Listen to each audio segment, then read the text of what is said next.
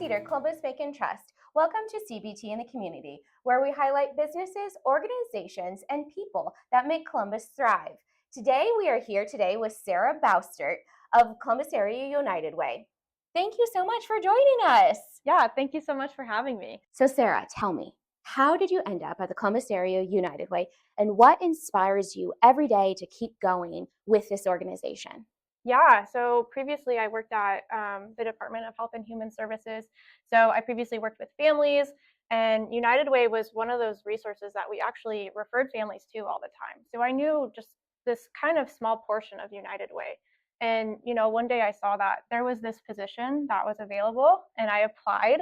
And, working here has truly opened my eyes as to how much United Way actually does in the community, from not only just working with families, but also the funding portion of it and the involvement in the community.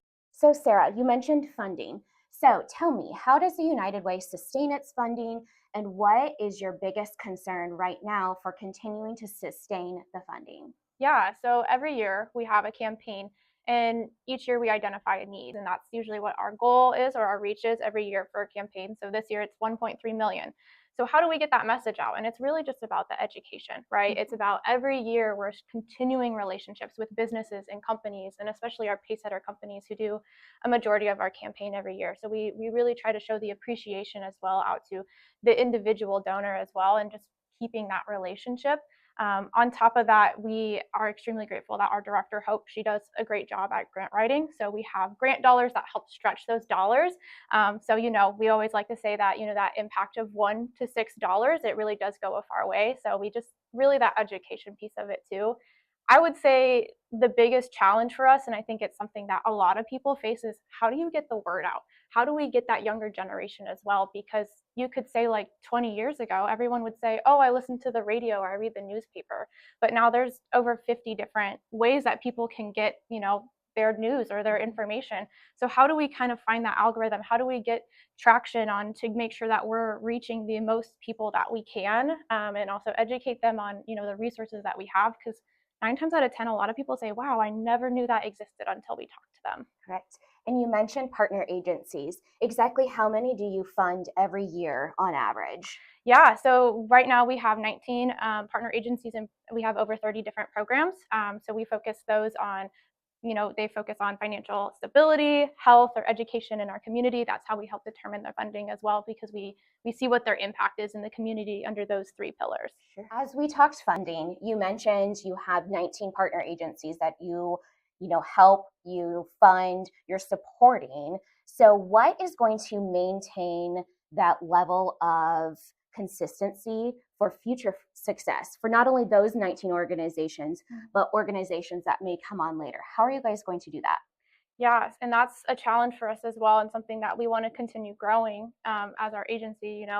Uh, Something that's huge is that we added actually 3 partner agencies this last year. And the nice thing is that they're actually not just here in Columbus, they're actually 2 in Colfax and then 1 in Nance. So, to continue the relationship, not only with our current and long-standing partner agencies, which, has been years of built relationship, but then also how do we keep branching out into our other communities? Because we do say that we serve Boone, Nance, Colfax, and Platte. So it's more about, reaching out, being aware of what other nonprofits that we have in our area are they aware of the funding and the capabilities through United Way? How can we start branching out and working with them? What ways can we support them, and what ways can they support us to, reach this overall mission that we have to better our community? So it's how do we, keeping that success and growing and making sure that we're meeting the needs and the well-being of the people in our community and area too. Mm-hmm.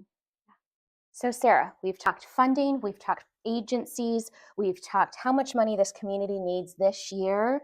So what's next? Yeah, so as many know, Josie, she's retiring at the end of the year, and I've had, an awesome opportunity to work with her for the last year and a half, and she's really just showed me, the ropes on, working the campaign, establishing connections with people out in the community.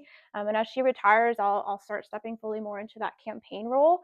So I'm really excited to see, what the next year will look like, and doing that. And then also, are on the search for a new executive director as well. So, change will probably happen, and, that's always a good thing too. And I think something that's really exciting within our agency is, as we continue to grow in different aspects, we've developed, over the last probably year and a half, we've developed a Women United group, and we've continued to grow and have public events. And we've noticed that it was such a need for women to want to get together in the community. And having our first fundraiser event as well, Glam for Goods, and helping that also be funds that go towards our direct programs through student health and the youth mental health vouchers, and just identifying that access to health was a need through our group. I'm really excited to see, how the next year will look. That's really exciting. I cannot wait to see what you do over the next year. So thank you so much for spending your time out of your busy day on CBT in the community. Yeah, thank you for having me.